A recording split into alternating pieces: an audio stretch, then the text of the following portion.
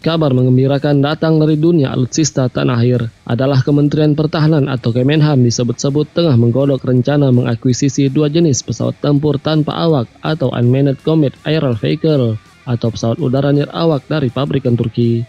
Kedua perusahaan yang digandeng adalah Baykar, produsen drone tempur yang tengah naik daun Bayraktar TB2 dan Turkish Aerospace Industries atau TAI yang memproduksi Anka.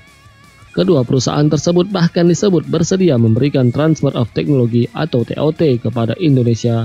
Dalam hal ini PT Dirgantara Indonesia dan melakukan produksi bareng di Bandung. Keberadaan drone tempur tentu sangat urgen untuk memperkuat kapabilitas TNI dan pertahanan negeri ini. Pasalnya dalam perang modern saat ini, drone menjadi bagian strategis untuk memaksimalkan kemenangan. Realitas ini bisa terlihat dalam medan tempur yang terjadi dalam perang Azerbaijan versus Armenia dan Rusia versus Ukraina.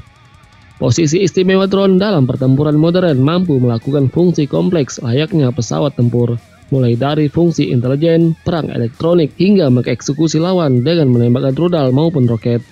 Lebih dari itu, drone memiliki keunggulan karena lebih efisien dan lebih murah dibanding pesawat tempur berawak.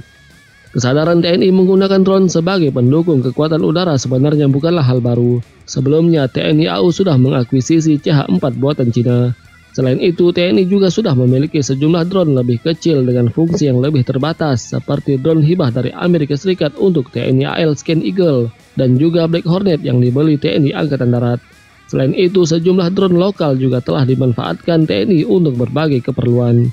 Tapi kehadiran Bayraktar TB2 dan Anka istimewa karena keduanya dalam dunia militer sudah dikenal luas kemampuannya dan kecanggihannya dan terbukti battle-proven. Bayraktar TB2 misalnya sukses menjadi game changer pertempuran Nagorno-Karabakh hingga Azerbaijan mampu mengalahkan Armenia. Begitupun di perang Rusia versus Ukraina, drone ini terbukti sempat membuat Rusia kewalahan.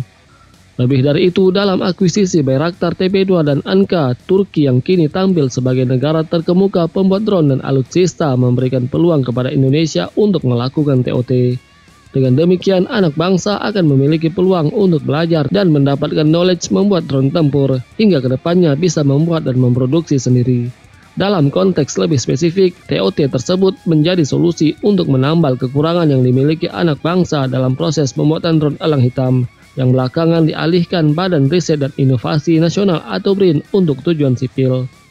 Dengan demikian, proyek elang hitam bisa kembali ke tujuan awal, seperti tercantum dalam Perpres nomor 109 tahun 2020 tentang percepatan pelaksanaan program strategis nasional. Bila elang hitam terkendala teknologi kunci karena semua negara membatasi transfer teknologi terkait militer, seperti Kepala BRIN Laksana Tri Handoko katakan, maka kerjasama dengan Turki ini bisa menjembatani untuk mengatasi persoalan tersebut, atau paling tidak menjadi momentum merayu Turki agar bersedia menjual teknologi dimaksud kepada Indonesia. Toh tidak semua harus dibuat di dalam negeri atau pelan-pelan dibuat di dalam negeri setelah mampu menguasai teknologinya.